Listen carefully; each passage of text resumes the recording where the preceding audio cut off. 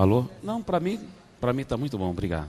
Sinto-me tão honrado. Irmãos, eu falo sem exagero algum. Não existe nenhum grupo assim, evangélico ou não evangélico, que nós mais nos identificamos do que a Igreja Videira. Realmente nós amamos, respeitamos tanto os irmãos. E nós temos tanto que aprender. Na realidade, o pastor Marcelo ficou 1 ano conosco lá em Santarém, nos ajudando tanto. A nossa igreja nunca mais foi a mesma. E o pastor Aloísio também. Todos dois têm sido tão usados nas nossas vidas, né? O pastor Marcelo, por ficar 1 ano, enriqueceu tanto a nossa vida pessoal, o nosso ministério, o ministério da Igreja da Paz, em geral. E não só em Santarém, mas todas as nossas bases regionais. E também o pastor Luiz também tem sido uma preciosa bênção em nossas vidas. Então, realmente queremos muito estar com os irmãos, estar aprendendo dos irmãos. E nós temos muito que aprender com os irmãos, pode ter certeza disso, é impressionante. Eu e minha esposa estávamos conversando, hoje de manhã inclusive, lá no hotel. Como nós estamos assim maravilhados e como nós vemos tanto que temos que aprender com os amados irmãos.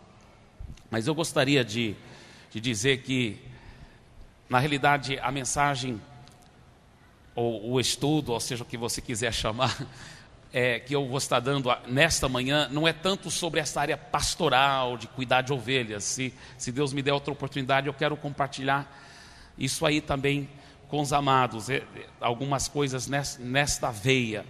Mas nesta manhã eu gostaria de compartilhar sobre 2 doenças que destroem líderes.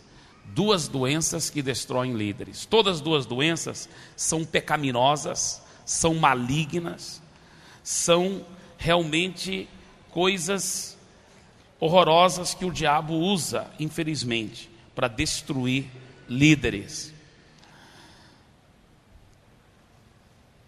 A primeira doença eu chamo de síndrome de Sansão. Eu gostaria que você abrisse a sua Bíblia para o livro de Juízes, capítulo 15.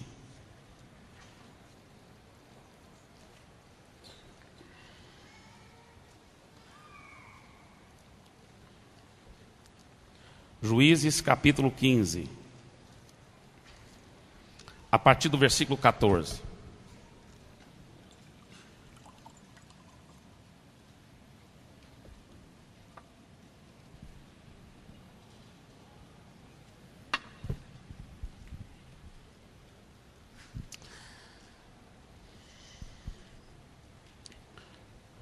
Juízes capítulo 15, a partir do versículo 14. Chegando ele a Leí, os filisteus lhe saíram ao encontro, jubilando, porém o Espírito do Senhor de tal maneira se apossou dele, que as cordas que tinha nos braços, porque ele estava amarrado com cordas, ele tinha sido entregue para os filisteus. E olha só o que a Bíblia fala: e as cordas que tinha nos braços se tornaram como fios de linho queimados, e as suas amarraduras se desfizeram das suas mãos. Achou uma queixada de jumento, ainda fresca, à mão, e tomou-a, e feriu com ela 1000 homens, e disse: com uma queixada de jumento, um montão, outro montão, com uma queixada de jumento, feri 1000 homens. Tendo ele acabado de falar, lançou da sua mão a queixada. Chamou-se aquele lugar Ramate-Leí. Sentindo grande sede, clamou ao Senhor e disse: por intermédio do teu servo, deste esta grande salvação. Morrerei eu agora de sede e cairei nas mãos desses incircuncisos? Então o Senhor fendeu a cavidade que estava em Leí, e dela saiu água. Tendo Sansão bebido, recobrou alento e reviveu. Daí chamar-se aquele lugar em Acoré até o dia de hoje. Sansão julgou a Israel nos dias dos filisteus 20 anos. Primeira coisa que nós vemos aqui no versículo 14 e 15 é que Sansão, na realidade, foi uma exceção. Eu creio que nunca houve antes dele, e até hoje nunca houve, um homem que fisicamente fez feitos de quadrinho de super-herói mesmo. Coisa assim de louco, se você for imaginar. Mas é por causa da unção de Deus que estava na vida dele. Imagina, tudo amarrado com cordas, ele simplesmente... Parece um filme mesmo, um super-homem, né?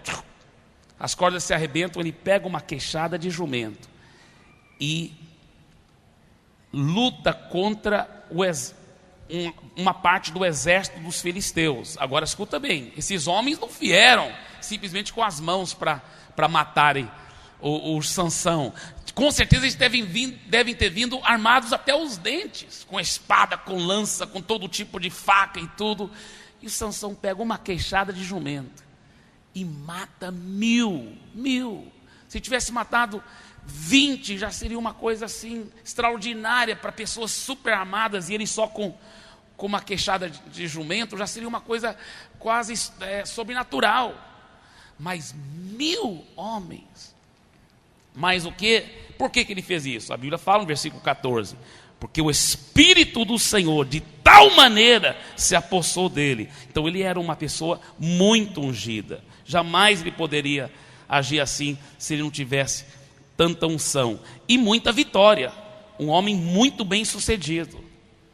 E o homem de Deus, a mulher de Deus, que sofre da síndrome de Sansão, dessa doença horrível que destrói líderes cristãos, ela é uma pessoa que tem sido um servo de Deus ungido, muito usado, com grandes vitórias. O que mais que nós podemos ver aqui? Versículo 16 e 17 fala: e disse com uma queixada de jumento um montão, outro montão com uma queixada de jumento feri 1000 homens. Tendo ele acabado de falar, lançou da sua mão a queixada, chamou-se aquele lugar Ramat-Leí. Versículo 18: sentindo grande sede, clamou ao Senhor e disse: por intermédio do teu servo deste esta grande salvação. Ele reconheceu que não foi por causa dele, ele deu toda a glória a Deus, mas ele disse: morrerei eu agora de sede e cairei nas mãos desses incircuncisos? Então o Senhor fendeu a cavidade que estava em Leí, e dela saiu água. Tendo Sansão bebido, recobrou alento e reviveu. Agora veja bem, uma coisa interessante: ele chama aquele lugar de Em-Acoré, né? Aquele lugar ficou chamado de Em-Acoré.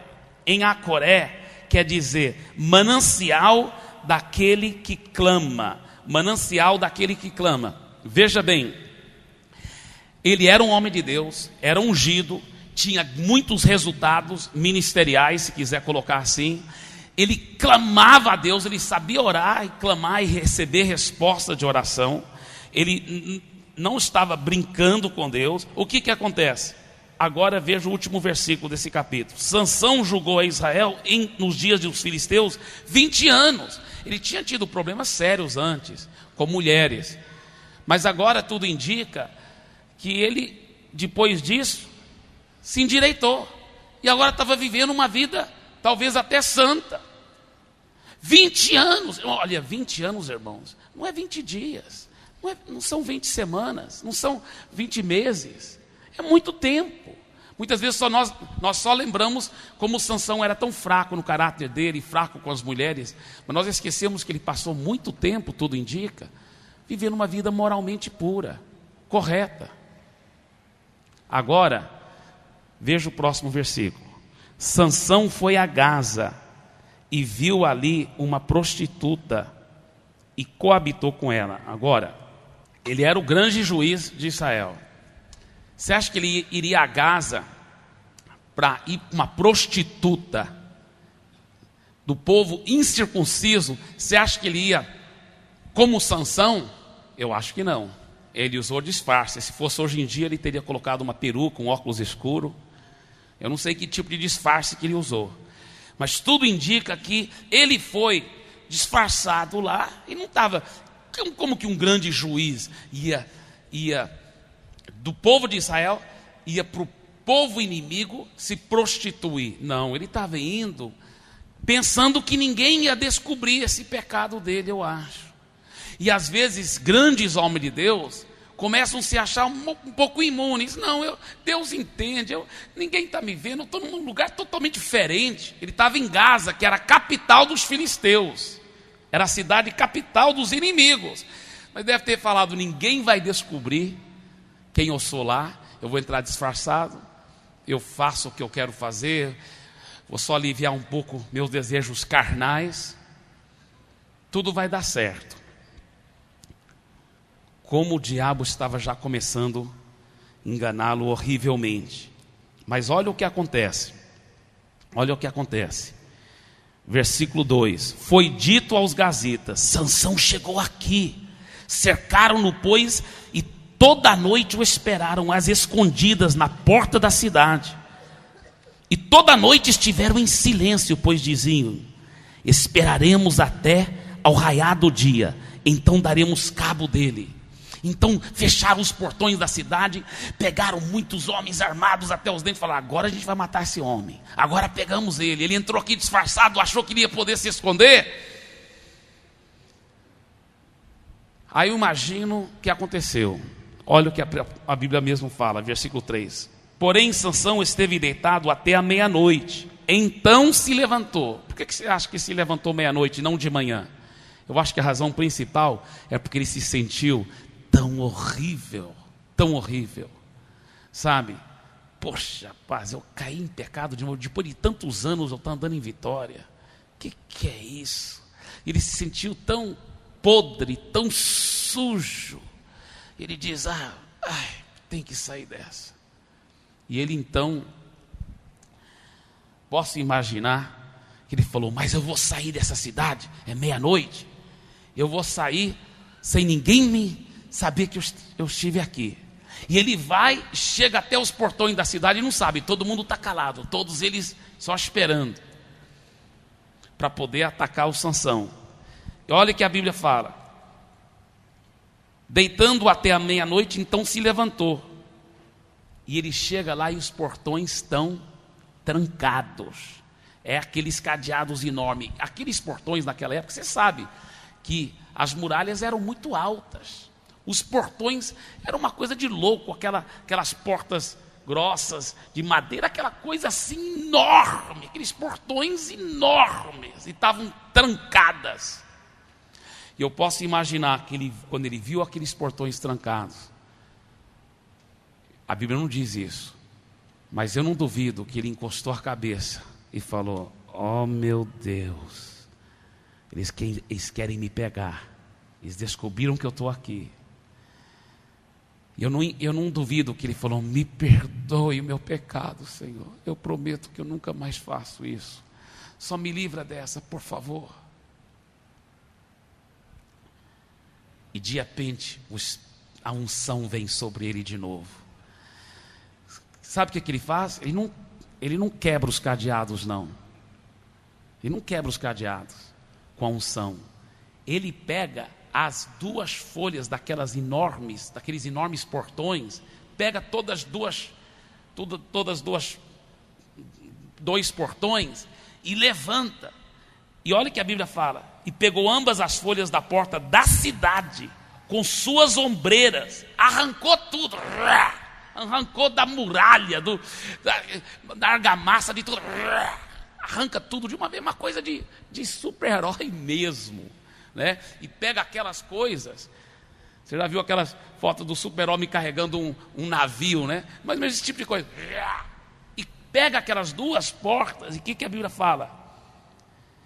E carregou, pondo-as sobre os ombros, e levou-as para cima. Ele subiu um morro até o cimo do monte que olha para Hebrom.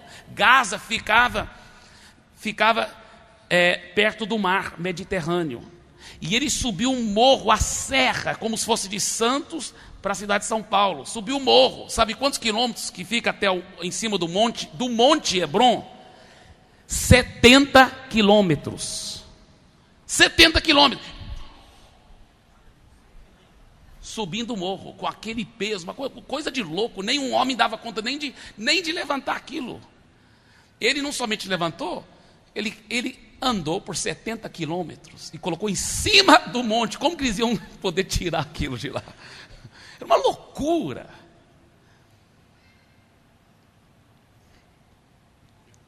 Você fala, mas por que Deus ainda ungiu esse homem? Acabou de prostituir-se. Por que Deus ungiu esse homem? Como que isso acontece? O que aconteceu? O que estava acontecendo aqui? Eis o grande problema da quem é portador da síndrome de Sansão.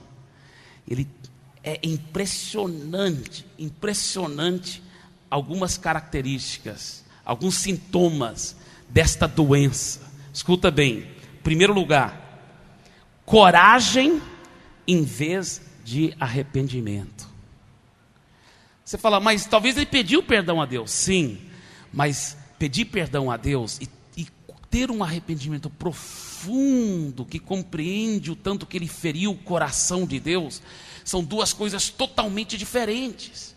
Escuta bem, a Bíblia fala em Romanos, abram as suas Bíblias lá, é muito interessante esse texto, Romanos capítulo 2. Romanos capítulo 2. Olha o que ele diz, a partir do versículo 4. Ou desprezas a riqueza da sua bondade, e tolerância, e longanimidade, ignorando que a bondade de Deus é que te conduz ao arrependimento. Mas segundo a tua dureza e coração impenitente, acumulas contra ti mesmo ira para o dia da ira e da revelação do justo juízo de Deus, que retribuirá a cada um segundo o seu procedimento. Escuta bem o que eu vou dizer aqui, queridos, porque aqui, quase com certeza, debaixo do som da minha voz, deve ter alguns portadores dessa doença. E não é tarde demais para reverter a situação. Escuta bem o que eu vou dizer. Escuta bem o que eu vou dizer. Um dos sintomas dessa doença é que, não vai se escandalizar com o que eu vou dizer aqui, mas é que o portador da síndrome de Sansão, ele é enganado pela bondade de Deus. Escuta bem. Não é culpa de Deus que ele é enganado pela bondade de Deus. É culpa dele mesmo. A leitura dele é errada. Por quê? Ele pede perdão a Deus e Deus perdoa. E a unção continua. E pelo fato da unção continuar, ele pensa, está vendo? É o aval de Deus sobre a minha vida. É o aval de Deus sobre o meu ministério. Eu posso continuar detonando aqui nas células, trabalhando, porque Deus já me perdoou. Talvez trabalha nas células, mas fez uma viagem para alguma cidade, caiu em algum pecado, lá em Gaza, mas pediu tanto perdão a Deus, está com vergonha de se abrir com outra pessoa, não se abre, e Deus perdoou, e a unção continua, e é enganado pela bondade de Deus, não pela culpa de Deus, mas pela culpa dele mesmo, porque ele interpreta errado a bondade de Deus. O que Deus está querendo dizer? A Bíblia fala assim, ou desprezas a riqueza da sua bondade e tolerância e longanimidade, ignorando que a bondade de Deus é que te conduz ao arrependimento. A bondade de Deus é para nos conduzir ao arrependimento, não é para nos conduzir a continuar no ministério quando nós estamos desqualificados. Veja bem, a situação aqui, eu posso imaginar, o Sansão, me perdoe, Senhor, me dê tua unção só esta vez, por favor. E de repente ele faz, tchum, e ele vê uma unção sobrenatural. E o que ele faz? Que bom, a unção está aqui ainda. E ele, já empolgado, vai 70 quilômetros. Não tinha que fazer tudo isso. O que ele tinha que fazer? Ele tinha que falar, Deus, obrigado. Jogar os portões ao lado e ir correndo para a liderança dele. O sacerdote de Israel, o sumo sacerdote, e dizer, olha, me ajuda, eu preciso desesperadamente de ajuda, eu preciso de tratamento, eu estou totalmente desqualificado como juiz, eu acabei de me prostituir, me ajuda. Mas não, ele achou que a unção que ainda estava com ele era o aval de Deus sobre a vida dele. Está vendo? Deus me entendeu, Deus me perdoou, eu posso continuar do mesmo jeito que eu estava. Eu posso continuar. Então ele foi enganado pela bondade de Deus, porque a Bíblia fala que a bondade de Deus conduz ao arrependimento. O que Deus estava dizendo para Sansão? Sansão, ainda tem jeito, mesmo que você feriu meu coração tão horrivelmente, mesmo que você pecou tão horrivelmente contra a minha pessoa, ainda tem esperança para você, Sansão. Se você se arrepender, se você receber tratamento, se você for realmente submisso a um processo de restauração, ainda tem esperança para você. Deus estava derramando a bondade dele sobre o Sansão, porque a bondade de Deus nos conduz ao arrependimento. Mas Sansão, em vez de arrepender, ele criou coragem. A unção está comigo ainda. Deus entende que em vez em quando eu tenho que dar uma escapadinha. Agora escuta bem, queridos.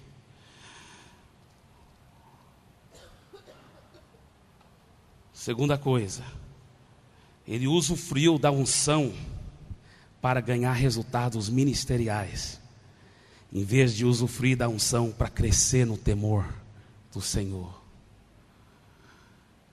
Quando Deus nos unge, Ele nos unge, sim, é para termos resultados ministeriais, mas isso é o efeito, não é a razão principal. A unção deve nos levar cada vez mais quebrantados diante do temor do Senhor. Mas aquela unção, nenhum lugar a Bíblia fala que Deus queria que ele caminhasse 70 quilômetros, só para demonstrar, está vendo?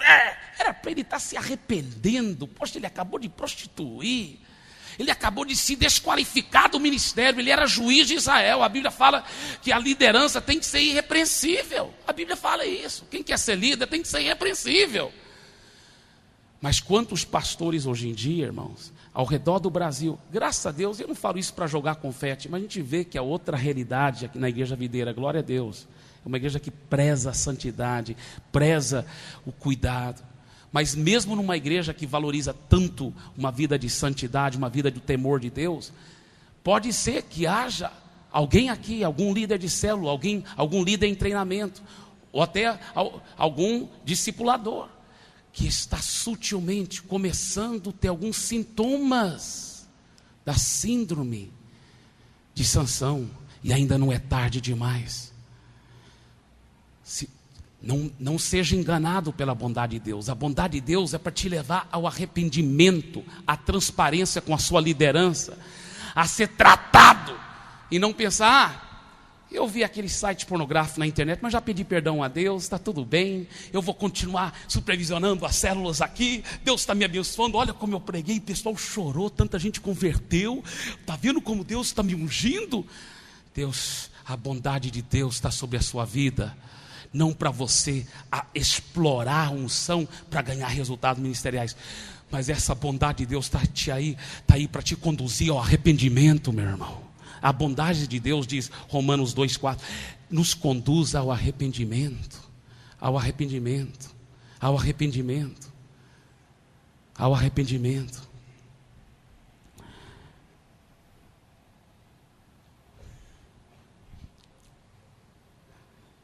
Muitas vezes a pessoa usa a desculpa esfarrapada, porque ela tem resultados no ministério, porque Deus está abençoando o ministério, que ela está tudo bem. E ela está qualificada para continuar no ministério. Isto é uma grande mentira. Sansão estava totalmente desqualificado nesse momento. Ele tinha que sair do ministério por um período, tinha que ser tratado pela liderança dele, que no caso era o sumo sacerdote, e depois de ser restaurado, voltar ao ministério. Mas não, Sansão continuou no ministério, agora empolgado, está vendo? Deus está abençoando, Deus está me ungindo, Deus não me usou agora para acabar com, para envergonhar os de Gaza, os gazitas, está vendo? E é interessante que isso é um engano muito grande. Só porque Deus está te usando grandemente, não quer dizer que Ele está colocando um aval no seu ministério. Ele está dizendo, eu te amo, ainda tem esperança para você. Você pode mudar de verdade e começar a agradar meu coração com uma vida santa. Prova disso é como eu ainda estou te abençoando, é como eu ainda estou te ungindo. Mas eu estou te abençoando, te ungindo, não é para você ficar enganado e pensar que eu estou feliz com você. Não, não, não. É para você entender que ainda tem esperança de restauração, que eu não acabei com você, que eu não estou descartando você. A Bíblia fala que Jesus, um dos aspectos de Jesus é que ele não esmagaria a cana quebrada e nem apagaria a torcida que fumega. O que quer dizer isso? A cana quebrada é aqueles caninhos de capim que ficava ao lado do rio, e os meninos pegavam aqueles caniços e tiravam o miolo, e aí eles sopravam, faziam instrumentos musicais caseiros com aquilo. Mas muitas vezes quando eles estavam tirando aquele miolo, a cana quebrava. Tinha tantos outros capinhos que eles só pegavam assim, esmagavam, descartavam e pegavam outro. E o que ele está falando, Jesus, ele não esmaga a cana quebrada. Se enquanto Deus estava te tratando, em vez de você receber o tratamento, você quebrou, ele fala, não vou te descartar não. Eu ainda tenho um plano para a sua vida. Ele te endireita de novo e fica tratando. E um dia ainda, muita música linda vai sair pela sua vida. A torcida que apaga é porque naquela época não tinha luz elétrica, é claro, eram lamparinas de azeite de oliva. E então eles tinham uma caixinha com as torcidas, ou seja, o pavio que ficava dentro. E muitas vezes, quando o dono da casa esquecia de colocar mais azeite, quando notava o azeite tinha acabado e agora o fogo não estava queimando mais o azeite, estava queimando o próprio pavio. Aí soltava aquele cheiro horrível e aquela fumaça. E o dono com vergonha chegava lá, apagava, jogava fora aquele pavio, aquela torcida que fumegava e colocava um novo pavio. Mas Jesus, se de repente você está queimado no ministério, você está desanimado, Ele não apaga e descarta você não. Ele mais uma vez quer colocar o óleo vivo na sua vida. Ainda a luz dele, o óleo dele ainda vai fluir através da sua vida. Ele não apaga a torcida que fumega, mas ele reacende o fogo em você. Então saiba de uma coisa, se você é portador da síndrome de Sansão, se você começou a ver alguns sintomas desse na sua vida, uma falta de transparência com a sua liderança, uma falta de tratamento, você está com medo, poxa, eu vou envergonhar todo mundo. Não, Deus sabe meu coração, eu já pedi perdão, Deus não perdoa. Deus perdoou, eu vou continuar, Deus está me usando no ministério. Cuidado, porque isso já é o começo dessa doença fatal que destrói líderes, a síndrome de Sansão. Agora, veja bem, eu ouvi uma mulher de Deus dizer o seguinte, a Bíblia fala sobre a parábola do semeador, fala sobre a boa semente em boa terra, mas não fala sobre que tem que ter um bom semeador. Então às vezes tem muito fruto porque a semente é boa, é a palavra, e a terra é boa, o recipiente da palavra, mas às vezes o semeador não é bom, mas mesmo assim vai ter muito fruto. Interessante. Juízes capítulo 16, versículo 4, olha o que diz, voltando para Juízes lá com Sansão, olha o que diz a palavra de Deus. Juízes capítulo 16, versículo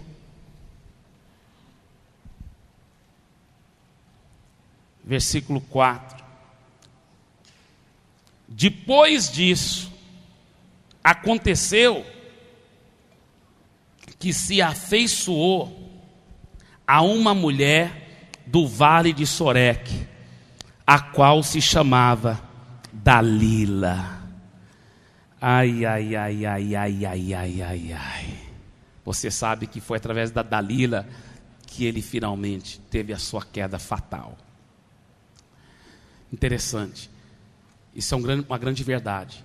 Pecado não tratado corretamente, mais cedo ou mais tarde, vai vir à tona de novo. Cortou aqui, mas não tirou pela raiz, vai vir à tona de novo. Vai vir à tona de novo. Pediu perdão a Deus, jejuou muitos dias. está resolvido. Aquele pecado nunca mais vai voltar na minha vida. Se não foi tratado corretamente, ele vai vir à tona de novo. Mais cedo ou mais tarde, isso é um fato. Isso é um fato. Isso é um fato. Tem que ser tratado corretamente. Como tratar corretamente do pecado? Eis um grande segredo. Você tem que confessar para Deus. Se confessar de seu pecado, Ele é fiel e justo para perdoar. 1 João 1,9. Mas além de confessar para Deus, você sabia que para ser tratado corretamente o pecado, você tem que se abrir com uma outra pessoa? Abram suas Bíblias, por favor, para Provérbios, capítulo 28. Provérbios 28, 13. Olha o que ele diz. O que encobre as suas transgressões jamais prosperará. Eu vou continuar lendo, mas olha aqui, vamos só olhar por enquanto, Provérbios 28, 13. Eu já ouvi um pastor uma vez dizer assim, que esse versículo aí estava se referindo, o que encobre as suas transgressões jamais prosperará, que esse versículo estava se referindo ao seguinte: quem encobre as suas transgressões diante de Deus. Só que a Bíblia fala em Hebreus capítulo 4, versículo 13, Hebreus 4, 13, que diante de Deus não há nada encoberto, mas que tudo está descoberto e patentes aos olhos de Deus. Então é impossível encobrir os pecados diante de Deus. É impossível. Então aqui não está falando de encobrir as transgressões diante de Deus. Aqui não está se referindo a isso, porque é impossível fazer isso. Então o que está se referindo aqui? O que encobre as suas transgressões diante das pessoas que deviam saber: seu marido, sua esposa, o seu líder espiritual, o seu discipulador, o seu pastor. Está falando isto aqui. Aqui está falando isso. Não está falando de encobrir diante de Deus, porque diante de Deus é impossível encobrir. O que ele fala aqui? Jamais prosperará. Não, mas pastor, eu não falei para ninguém, mas eu estou prosperando, Deus está me abençoando. Não como Deus gostaria. A maneira de Deus falar prosperidade é bem diferente do que é nossos valores. Deus gostaria de prosperar você muito, muito, infinitamente mais. Porque o fato é o seguinte: quem cobre as suas transgressões jamais prosperará. Isso é um fato. E ele fala assim: mas o que as confessa e deixa alcançará misericórdia. Feliz o homem constante no temor de Deus, mas o que endurece o coração cairá no mal. Deixa eu falar uma coisa para você. Confessar para Deus é muito fácil. Agora você se abrir contra a pessoa não é tão fácil. E isso, a pessoa endurece o coração dela. Endurece o coração dela. Deixa eu te perguntar uma coisa aqui. Se uma pessoa chega em casa, a esposa e os filhos estão tudo dormindo, e ele liga a internet e vê um site pornográfico, depois ele se sente tão horrível, pede perdão a Deus, confessa o pecado e tal, e promete a Deus que não vai fazer, e confessa mesmo para Deus, arrependido, com plano de nunca mais fazer. Deus perdoa, sim ou não? Sim, é claro que sim, a Bíblia garante, 1 João 1,9. Aí passou 5 meses, mas um dia ele está mexendo na internet de novo, e ele acaba caindo de novo. Ele se arrepende tão profundamente, de coração ele se arrepende. Deus perdoa, sim ou não? Perdoa. Agora vamos supor, irmãos, mesmo ele jejuando, ele lutando tanto sozinho entre ele e Deus, mas vamos supor que ele faça isso 1000 vezes, mas ele pede perdão, e cada uma daquelas 1000 vezes ele está com plano de nunca mais fazer, ele realmente está arrependido. Deus perdoa todas as 1000 vezes, sim ou não? Perdoa. Mas deixa eu falar uma coisa: Deus não quer só perdoar, Deus quer curá-lo daquele problema. Deus quer libertá-lo daquela escravatura.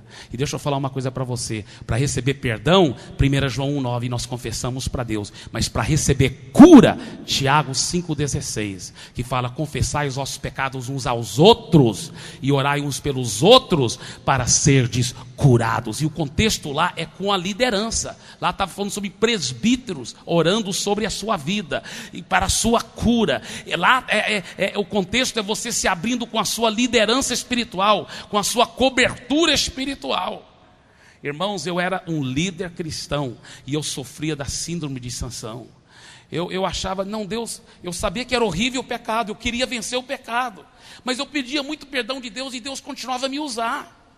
Eu era solteiro e Deus continuava a me usar. E eu pensava, olha, tá bem então, está bem minha vida, ué. Deus está me perdoando. E eu estava com um plano de nunca mais fazer. Então, se você tivesse me perguntado, você está com problema? Eu falaria para você, não, porque eu não estava mentindo, porque, na minha opinião, eu estava assim, um mês atrás, quando eu caí. Mas agora eu não caí mais, estou andando em vitória, está tudo bem. Meu irmão, foi horrível. Só Deus que sabe o quanto que eu sofri, o tanto que eu sofri. A visão do discipulado que Deus tem nos dado lá foi forjado. Claro que nós aprendemos muito com muitos irmãos, mas foi forjado no sofrimento horrível. Eu fui cobaia dessa visão, porque eu notava que toda vez meu discipulador, o pastor Lucas, que também era meu irmão, nós não tínhamos a visão do discipulado, né? Hoje em dia eu reconheço que ele estava sendo meu discipulador sem eu saber, mas aconteceu meio por acaso. Ele era meu líder e um dia ele estava me elogiando, porque a igreja era tão pequenininha, ela estava começando a crescer um pouco, né? Para nós isso era um grande sucesso, e ele estava me elogiando. Eu falei, Lucas, mas podia ser tão melhor, só porque tem algumas lutas na minha vida interior que não tem sido legal, e eu estou querendo vencê-las, e não faz tanto tempo que eu estou andando em vitória, e então a igreja poderia estar bem melhor. E ele perguntou, que lutas? Eu falei, não, esses são os problemas aí. Eu estava com um problema de namoro bem imoral, eu estava com um problema de masturbação, mas por eu não adulterar oficialmente, eu era solteiro, prostituir oficialmente, eu achava que não tinha que confessar para a liderança, porque as regras da igreja falavam só que se você prostituía, está entendendo? Eu estava enganado pelo diabo. Aí escuta bem o que aconteceu. O Lucas não se deixou passar quando eu falei, não, há uns problemas aí. Ele falou assim, que problemas? Fala aí. E eu desde pequeno fui treinado a nunca mentir. E eu não podia mentir para ele. Então acabei vomitando, falando. Quando eu me abri e falei com ele, ele não me condenou. Era para ele ter me tirado do ministério, mas ele também não compreendia isso. Ele também estava seguindo a regra da denominação. Por eu não ter prostituído oficialmente, ele me deixou no ministério. Foi errado da parte dele. Depois sim, eu saí do ministério, passei um processo de restauração. Mas uma coisa que ele fez, ele orou por mim. O que diz a Bíblia? Confessai os vossos pecados aos outros, orai uns pelos outros, para serdes curados. Eu tinha confessado, ele tinha me orado por mim, aí eu andei em vitória há muito tempo. Mas aí sorrateiramente os pecados foram voltando. Por isso, quando alguém vai para o encontro, não estou falando só incrédulo que vai para o encontro evangelista, mas estou falando até um crente que estava cheio de pecado, vai para o encontro. É como alguém lá em Colômbia falou para mim, a primeira vez que eu fui para a Colômbia, que um empresário de lá estava tentando me explicar como é o encontro, né? Porque depois eu fiz o encontro lá na Colômbia também. Mas antes de eu fazer, eu estava perguntando, o empresário falou assim para mim, olha, o encontro é o seguinte, é como se alguém tivesse me segurado de cabeça para baixo, com os pés assim, e me sacudido. Aí tudo que não prestava saiu. Aí eu fiquei leve depois. Não é verdade? A pessoa volta do encontro. Só que escuta bem. Se ela não tiver um acompanhamento do discipulado profundo, 1 a 1, passa 3, 4, 6 meses, 8 meses, e sorrateiramente os mesmos pecados vão voltando para aquela vida. Eu sei, porque eu passei isso. Aí os mesmos pecados voltavam, e eu não tinha nenhum compromisso de falar para o Lucas, então eu não falava. Eu pensava, não, eu vou falar, mas eu vou andar em vitória primeiro. Então, Deus, me perdoa, me perdoa, me perdoa. Eu jejuava, ou qualquer coisa assim, falava, depois de andar em Vitória 3 meses, ou 6 meses, ou 1 ano, aí eu vou falar para o Lucas. Mas eu não consegui andar em Vitória nem 1 mês. E eu ficava lutando. Aí um belo dia o Lucas chegava para mim, ei, como você está naquela área? Eu não podia mentir, né? Não, no momento eu estou bem, Lucas. Sim, mas desde a nossa última conversa você tem tido algum problema? Eu não podia mentir, né? Lucas, eu tenho sim. Eu vomitava de novo. Ele orava comigo de novo. E eu começava a andar em Vitória de novo. Eu notei que toda vez era assim. Eu falei, peraí. Eu não lembro se foi a ideia dele ou a minha ideia. Mas eu lembro que eu fiz uma aliança com ele. Eu prometo, Lucas, você vai ser o primeiro para saber. E eu não vou deixar passar mais do que 24 horas. Eu prometo que eu me abro com você e te falo se eu tiver qualquer problema. Eu prometo. O que aconteceu? O que aconteceu? Foi o começo da minha vitória. Foi o começo da minha vitória. Ainda lutei muito. Tive que sair do ministério. Mas dali em diante tudo mudou. Porque eu tive um compromisso de transparência. Diga, compromisso de transparência. Aí, meu irmão, de lá para cá, sabe, a coisa mudou. Mudou por completo. Por causa desse compromisso de transparência. Eu me abria, falava tudo.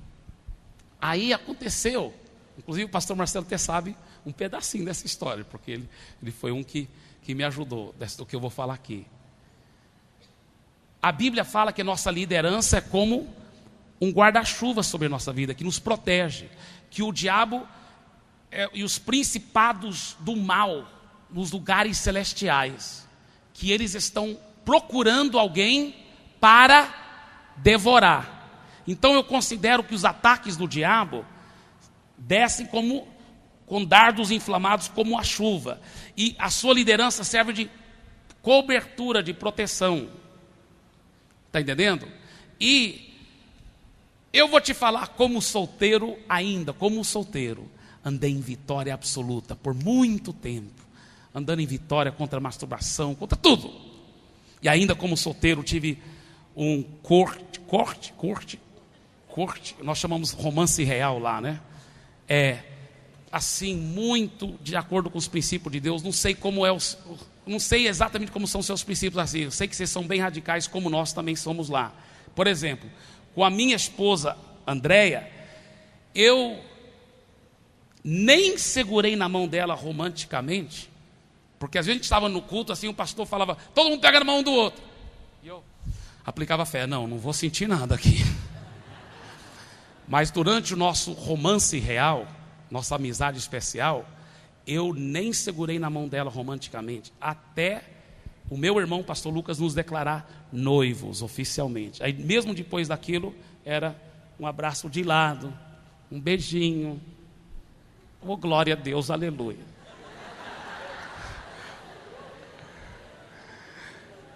Aí, quando finalmente casamos, já estávamos casados no civil, e meu pai nos declarou casados. Foi o primeiro beijo profundo que eu dei nela. Só que eu programei, nós fomos na lua de mel, fomos para Fernando de Noronha, Natal, Fortaleza, uma lua de mel de 4 semanas. Porque eu já estava com 31 anos de idade, eu tinha que descontar, né? Mas eu considero, na nossa lua de mel, porque você sabe o tanto que formiga gosta de açúcar, né? Considero que nós éramos como se fossem 2 formiguinhas em cima de um monte de açúcar, aleluia. E até hoje nós estamos nessa lua de mel. Até hoje. Aliás, fica melhorando cada vez mais, aleluia. É verdade. Nós casamos em 91. Que vitória, que bênção. Em 94, dia 4 de agosto de 94, o meu irmão Lucas, que era o meu discipulador, meu pastor, ele foi para o céu. E o que aconteceu? De repente eu comecei a sentir, foi colocado sobre mim uma nova liderança, pastor Paulo Jeff. Eu comecei a sentir uns ataques incontroláveis. nos meus olhos e nos meus pensamentos. Graças a Deus que Deus me protegeu de nenhum pecado mais grave, apesar que eu considero esses pecados dos olhos e do pensamento super graves também. Mas, de repente, eu comecei a não dar conta muito bem de controlar meus olhos, meus pensamentos. Foi nessa época que o Lucas já tinha ido para o céu, e eu não tinha com quem me abrir, ou assim eu pensava, eu até me abri um pouco com o Marcelo.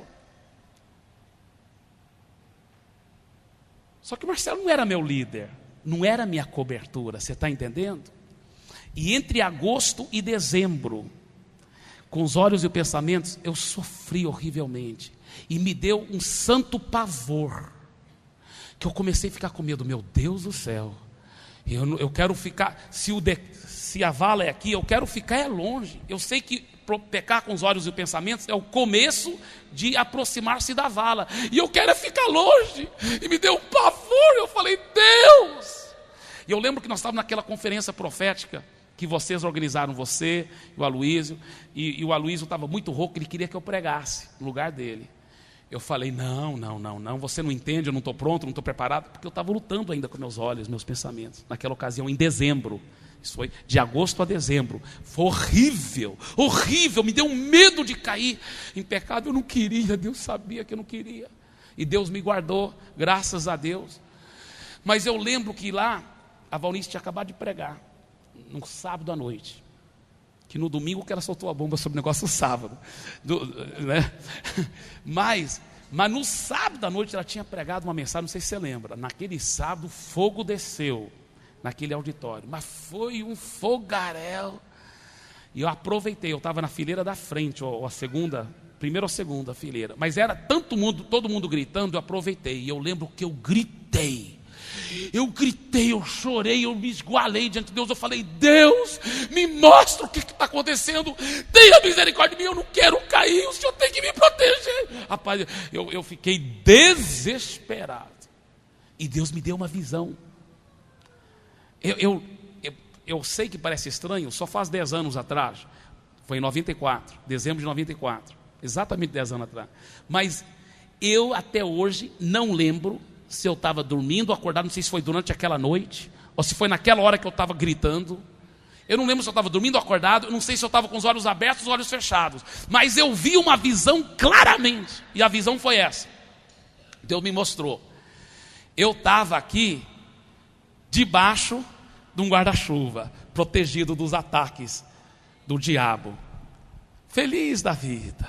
Isso era desde época de solteiro, muito antes de eu casar, depois de casar, oh aleluia. De repente, o guarda-chuva foi levado para o céu, que era o quê? Meu irmão pastor Lucas foi levado para o céu.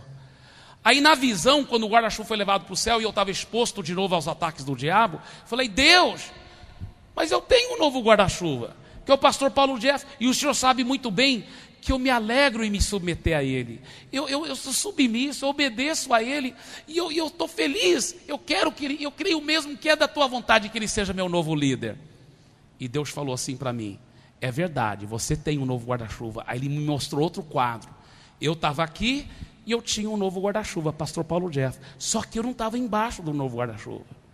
Eu falei, mas como, Deus, que eu não estou embaixo? Claro que eu estou embaixo, sim. Eu estou me submetendo, eu tenho uma atitude boa para com ele. Deus falou assim, você não está embaixo do guarda-chuva porque você não está sendo transparente para com ele. Você não está se abrindo para com ele. Você não está realmente se colocando debaixo dele no mundo espiritual. Quando Deus me mostrou, eu falei, obrigado, Senhor. Obrigado. Eu sabia que era uma revelação divina.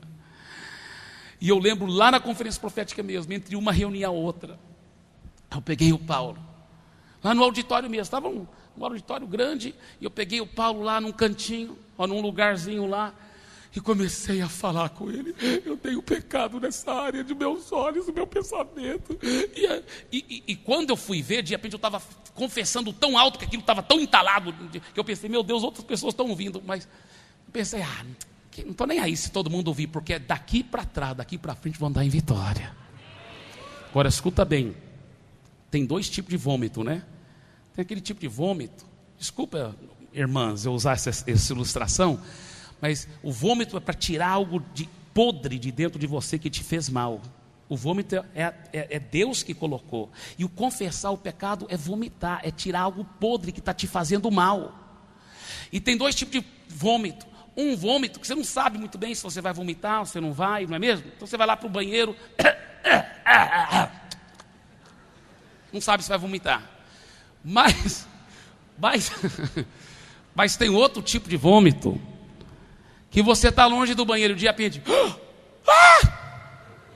cadê o banheiro? Mas nem chega até o banheiro, porque antes de chegar no banheiro você não deu para esperar. E se tiver alguém na sua frente, ele vai ter que trocar de roupa. Estava tão entalado dentro de mim que foi esse segundo tipo de vômito. Paulo Jeff! Mas sabe o que? O Paulo Jeff não me condenou, não me acusou. Ele me amou. Ele tratou de mim. Irmãos, e de lá para cá, toda a glória seja a Jesus.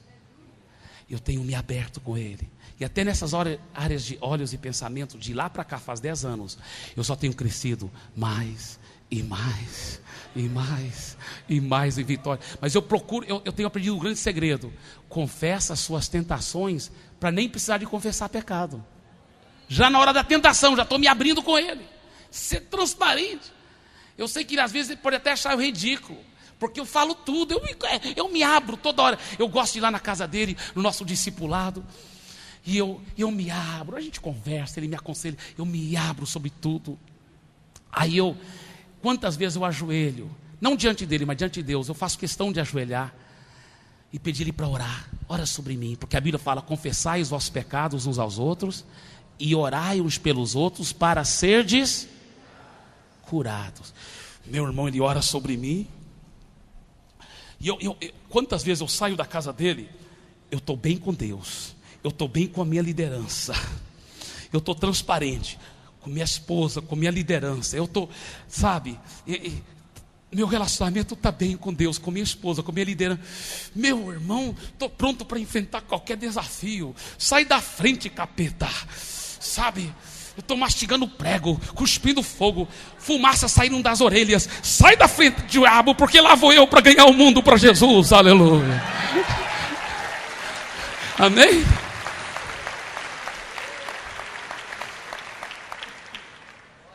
Quando a Bíblia fala que o pecado de rebelião é como o pecado de feitiçaria, eu creio que a definição de rebelião para Deus não é você querer fazer um motim e derrubar o líder. Isso também é rebelião. Mas rebelião é não se colocar debaixo da cobertura. E por que a Bíblia fala que rebelião é como o pecado de feitiçaria? Qual o pecado feiticeiro? O feiticeiro atrai demônios, maldições sobre a vida dele e sobre a vida dos outros, não é mesmo? E alguém que não está debaixo de cobertura, o que ele está fazendo? Ele está aqui, fora do guarda-chuva, né? Como que o feiticeiro atrai demônios, irmãos? Eles ficam lá batendo, não é mesmo? Nos tambores. Uga, buga, uga, buga. Uga, buga, uga, buga. Aí, de repente, pum! Aí eles falam que alguém pegou santo, na realidade pegou o demônio, né? Atraímos o demônio. E o pecado de rebelião é como o pecado de feitiçaria, porque você não está debaixo da guarda-chuva e os demônios estão lá procurando alguém para devorar, fala: olha, tem alguém aqui que não está com cobertura. E você atrai demônios do mesmo jeito de que um feiticeiro atrai. É o mesmo pecado da feitiçaria: atrair demônios, atrair maldição. Ai. Deixa eu continuar aqui, meu tempo está escoando rapidamente. Pecado não tratado corretamente vem à tona mais cedo ou mais tarde. Como tratar o pecado corretamente? Transparência total. Você não pode ter medo. Outras pessoas vão descobrir, eu não posso confiar totalmente nessa pessoa. Você tem que chegar a um ponto de tanto santo desespero que você fala: olha, até se todo mundo descobrir, é daqui para trás, porque daqui para frente eu vou andar em santidade, eu vou andar em pureza. Se por acaso, sabe, irmãos, eu vou te falar, uma vez eu estava falando sobre esse negócio de chegar em casa, só dando uma ilustração que eu inventei mesmo. Chegar em casa, a esposa e os filhos estão dormindo, o cara liga a televisão, assiste jornal, depois entra um filme meio soviético, como diz o pastor Geraldo lá, um filme meio pornográfico, e o cara começa a assistir lá e tal, depois arrepende, pede perdão e tal e tal. Eu estava falando sobre isso, e um pastor chegou para mim logo após a reunião, e era uma reunião de manhã também, igual essa. Ele chegou para mim e falou assim: pastor, ontem à noite aconteceu isso comigo. Cheguei em casa, a esposa e as crianças estavam dormindo, isso aconteceu comigo. Eu olhei para ele e falei assim: pastor fulano, eu te respeitava e te admirava muito, mas agora eu te respeito e admiro muito mais, porque você está tendo coragem de ser transparente, de tratar o pecado, de levar a sério a coisa. Sabe, queridos, nós não podemos ficar brincando, porque quando você encobre as transgressões, isso faz parte de um sintoma fatal da síndrome de Sansão. E olha o que acontece, Juízes capítulo 16, Juízes 16, 15 em diante. Você já sabe a história. Então ela lhe disse: como dizes que me amas? Isso é depois de muitas vezes que ela já tentou convencer, ele mentia para ela, né? Como dizes que me amas, se não está comigo o teu coração? Já ouviu a voz da prostituta? Rapaz, é uma coisa horrível. O diabo é tão sujo. Eu acho que ele esquece que eu agora estou debaixo de cobertura. Ele ainda, em vez em quando, é muito raro, graças a Deus. Mas eu estava num hotel, em Boa Vista, lá, sozinho no quarto, quando de repente, 7 horas da manhã, o telefone liga. Eu tinha ido dormir 2 ou 3 da manhã, porque a gente estava numa adoração lá, com o Danduque, o Cirilo, e estava uma bênção lá na Igreja da Paz, lá de Boa Vista. Eu fui dormir 3 horas da manhã, o Danduque estava pagando para mim o hotel, um hotel lindo, melhor hotel de Boa Vista, cama de casal, e eu lá, esticado, dormindo, 7 horas da manhã, 6h30, 7 horas, o telefone liga. Quando eu atendo assim, aí falou assim,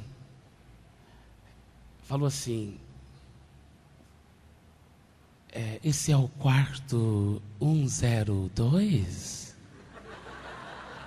Porque a Bíblia fala que a voz da prostituta pinga mel. Eu falei, sim, é. Você tem acompanhante?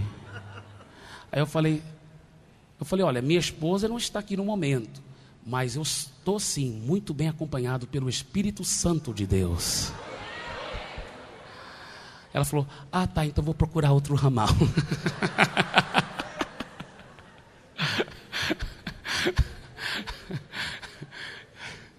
Igual o pastor, né, que a pessoa ligou e falou assim, é o pastor fulano? Falou sim. Ele disse, você sabe, você nem imagina o que eu estou pensando. Você sabe quem está falando? Ele falou, sei. Quem? Aí ele falou, é o diabo. E desligou.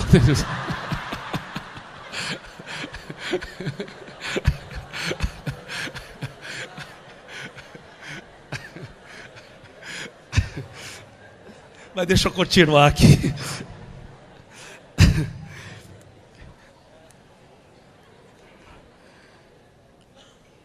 Quem sofre da síndrome Sansão, escuta bem o que eu vou dizer, a persistência do diabo ganha sempre, mais cedo ou mais tarde. A persistência do diabo vai vencer a pessoa que é portadora da síndrome de Sansão. Isso é um fato. Quando essa síndrome não foi curada, não foi extirpada da vida dele, se ele ainda tem sintomas dessa síndrome, mais cedo ou mais tarde, a persistência do diabo vai ganhar. Ela ficou persistindo, a Dalila, mas na realidade era o diabo que estava por detrás dela. Olha o que diz a Bíblia, versículo 16: importunando ela todos os dias. E a pessoa que sofre da síndrome de Sansão, o diabo, ele importuna, ele traz todo tipo de oportunidade, ele vem importunando, Quem sofre da síndrome de Sansão, mais cedo ou mais tarde, a persistência do diabo vai vencer a vida daquela pessoa. Isso é um fato, não estou confessando incredulidade, isso é um fato, isso é uma realidade. Isso sempre acontece, porque ele não foi curado da síndrome. Então ele vai cair mais cedo ou mais tarde. Por isso que, se você tem visto os sintomas da síndrome de Sansão, vale a pena realmente receber a cura. Vale a pena receber a cura. Agora, veja bem o que diz a palavra de Deus. Versículos 18 a 21.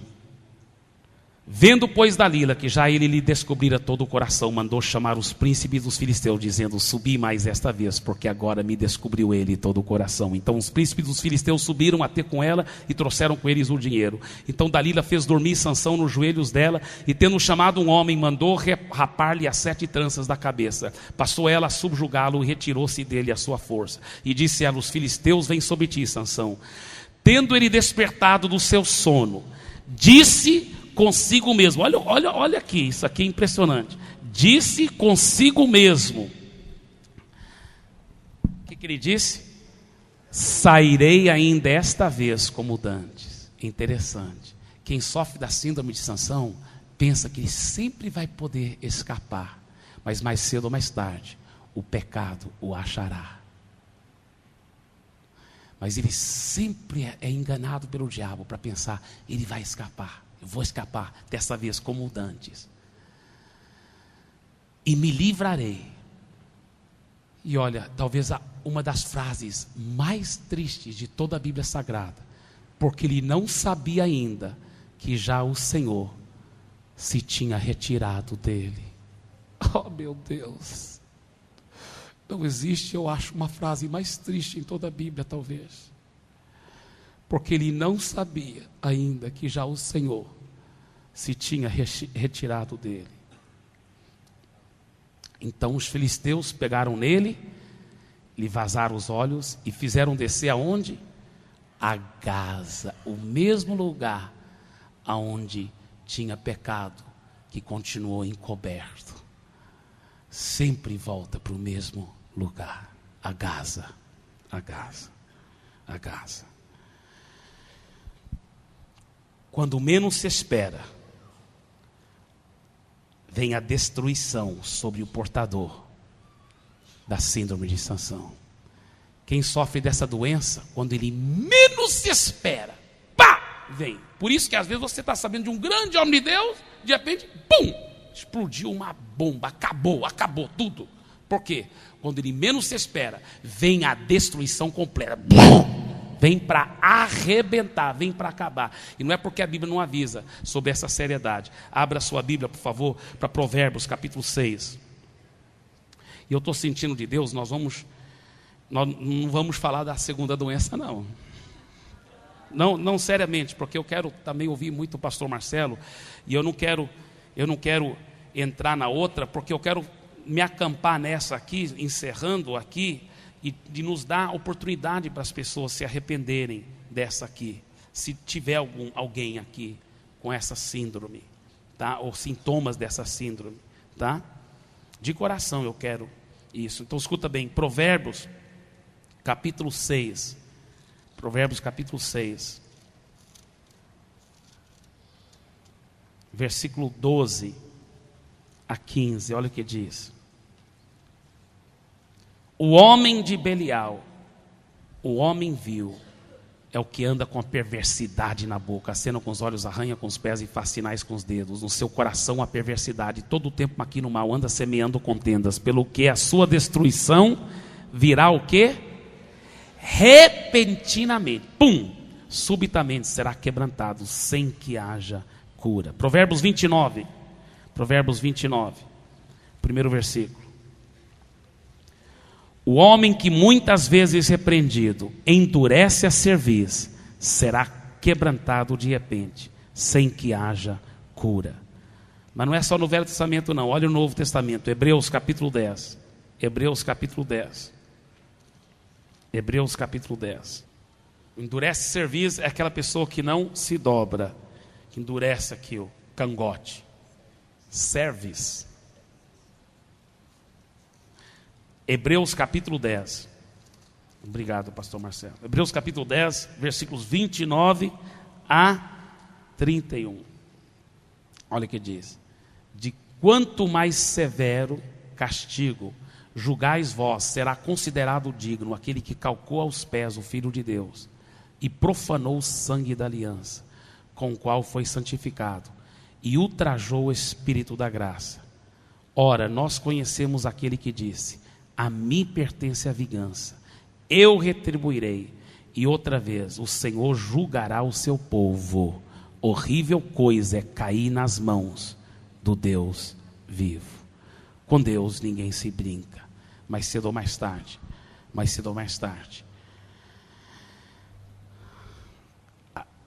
a síndrome de Sansão, ela destrói de uma vez,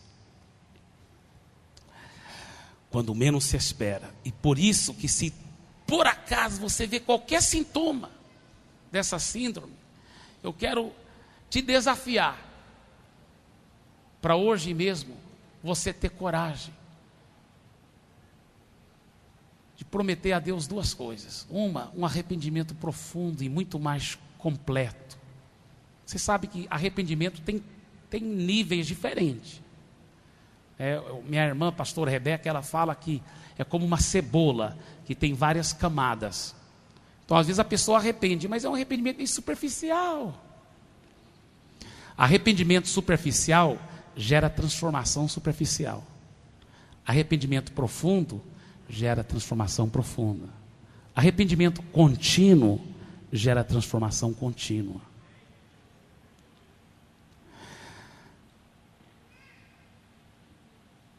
A segunda coisa que eu quero te encorajar a fazer, ainda hoje, se for possível, se abra com a sua liderança. Seja transparente. Não esconda nada. Não deixe o diabo te enganar com 1001 mentiras. Por que você não deve se abrir? Porque é a tática número 1 dele, quando ele quer que alguém fique infectado com essa doença da síndrome de Sansão. É tipo assim, ele inventa tantas razões. Você não pode contar, porque se você se abrir com seu líder, seu discipulador, ele vai falar com a esposa dele dele vai falar para o mundo todo. Você não pode se abrir porque eles não estão esperando isso. Você não, tantas desculpas esfarrapadas, e só tem uma razão mesmo, que se chama orgulho, o ego ferido. Porque quando você chega ao tal desespero que você fala: eu vou pagar o preço que for, mas eu vou andar em santidade, você não importa que todo mundo saiba do seu pecado, porque é daqui para trás, porque daqui para frente você vai andar em santidade. Sabe? Deixa eu falar uma coisa para você.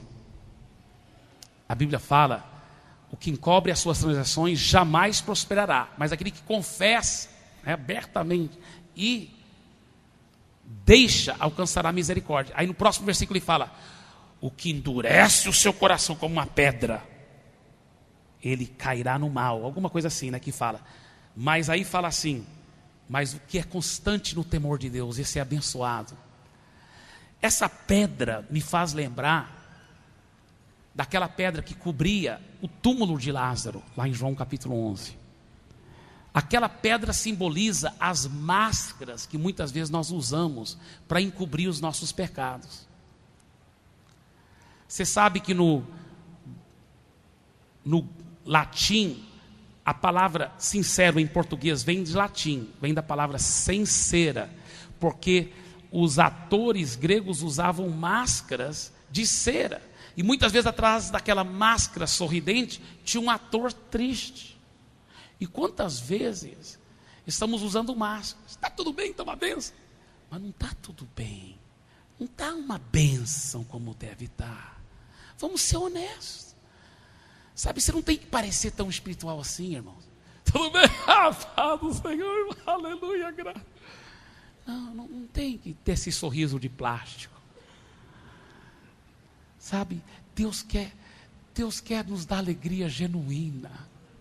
Mas isso só vem quando fazemos a decisão radical de sermos transparentes, de confessarmos nosso pecado com a nossa liderança, nossa cobertura, receber oração e receber tratamento.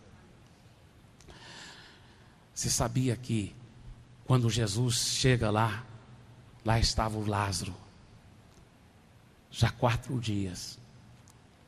Eu comecei a perguntar para Deus, por que Jesus falou assim? Deu a ordem, tirai a pedra. Isso não é o Jesus que eu normalmente imagino. Jesus que normalmente imagino diria assim, Pedro, João, vem cá, me ajuda a tirar a pedra. Não era um manda-chuva. Mas por que desta vez ele não ajudou a tirar a pedra? Sabe por quê? Eu creio que ele estava querendo ensinar algo mais profundo aí, espiritualmente. Ele estava dizendo o seguinte, você encobriu as suas transgressões, você tem um Lázaro morto aí, eu posso ressuscitar seu Lázaro, eu posso te dar vitória total, mas com uma condição, se você tirar a pedra. Se você não tirar a pedra, eu não vou tirar para você, você que tem que tirar. Não pensa que eu vou tirar a pedra, não, porque eu não vou. Você que vai ter que tirar a pedra, mas se você tirar a pedra, eu garanto trazer a ressurreição para o seu Lázaro. Aí qual é a nossa tendência? Nossa tendência é igual da Marta. Tirar a pedra? Não, porque está cheirando mal. Não, Senhor, não. Claro que a gente não quer tirar a pedra, a gente sabe que está cheirando mal aqui dentro. Mas Jesus olhou para Marta e falou, Marta, não te disse eu que se creres, verás a glória. O que ele está dizendo? Você não está entendendo?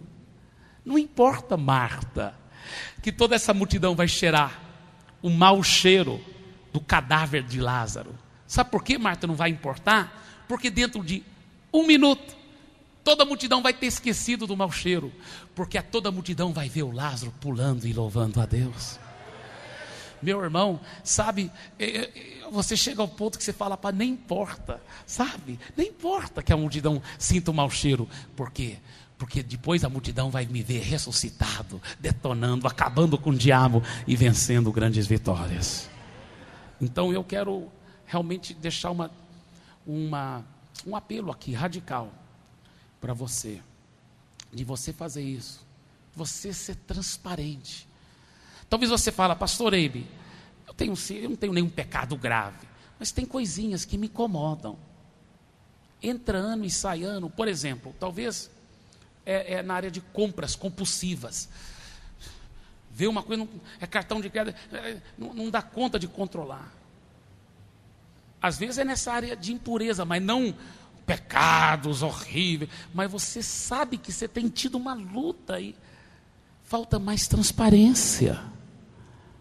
Talvez com as irmãs não é tanto nessa área de impureza, mas às vezes é com a língua, né? Os irmãos também, mas muitas vezes estão naquela rodinha, porque sai coisa que não deve. Depois fala, Deus me perdoe, eu prometo, vou ter mais cuidado, vou ficar calado, não vou estar falando mal dos outros, Deus me perdoe. Mas na próxima rodinha que tiver e tal, e você soube, sim, você soube do fulano.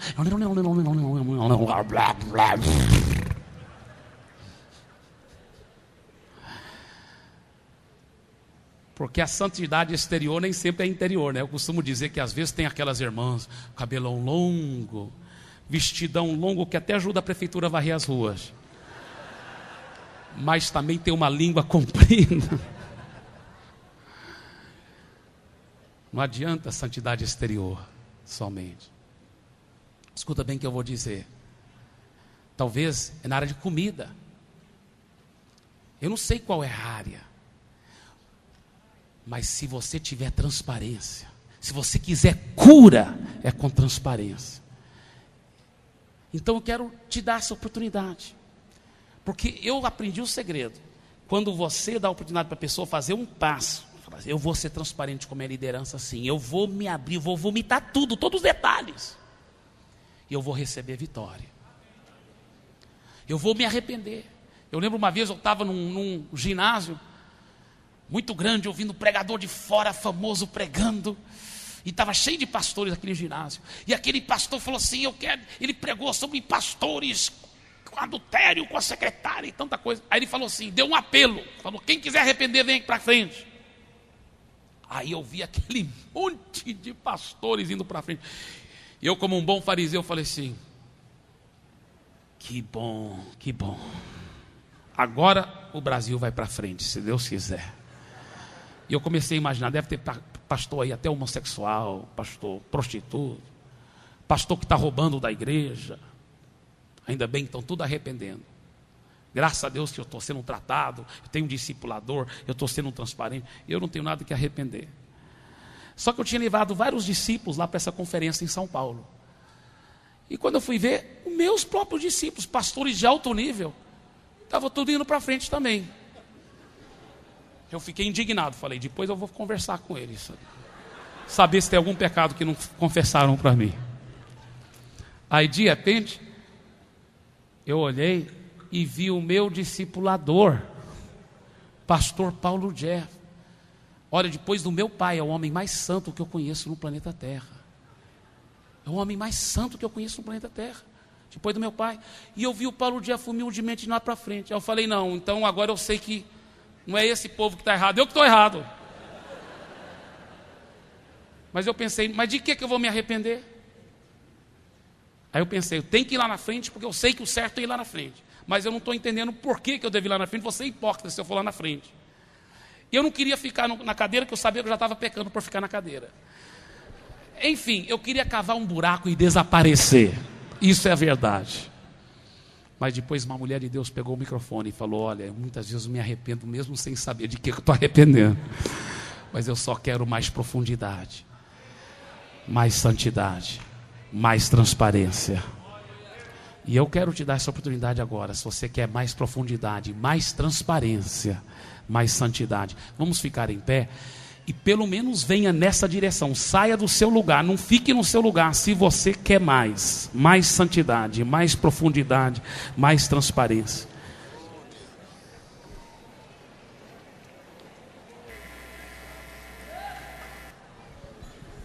E vamos nos quebrantar na presença de Deus.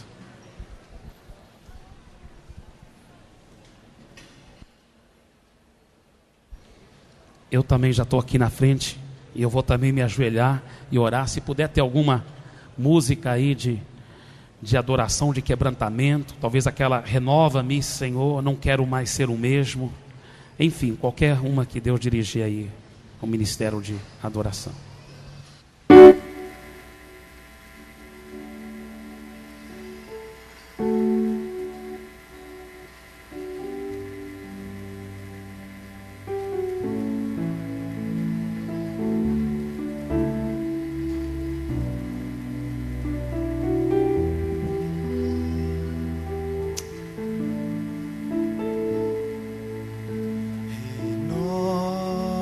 Renova-me, Senhor Jesus. Vai se arrependendo diante do Senhor, vai se quebrantando na presença dEle. Peça perdão a Ele, se quebrante na presença dEle.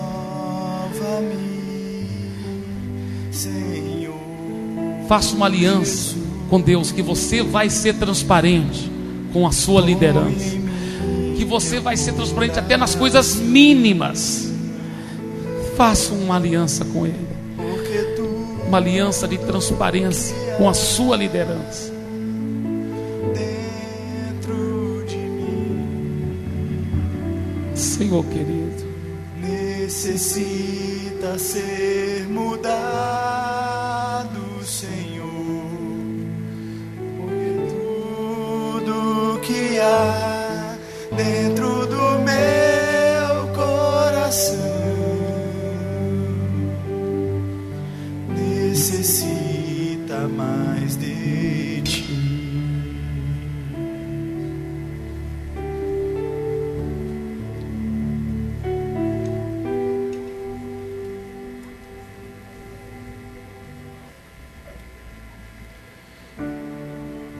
aleluia. Ó Senhor, nós nos quebrantamos na Tua presença. Nós reconhecemos a nossa necessidade de mais do Senhor. Nós precisamos de Ti. Somos desesperados por Ti, Senhor. Sem o Senhor nós não somos nada. Precisamos de Ti. Declaramos a nossa dependência em Ti. Declaramos a nossa carência em nós mesmos. Nós não somos nada e precisamos de Ti. Ó Senhor, tenha misericórdia. Começa a clamar ao Senhor, meu irmão. Começa a levantar a sua voz. comece a realmente se derramar na presença dEle. Ó Senhor, nós nos quebrantamos na Tua presença.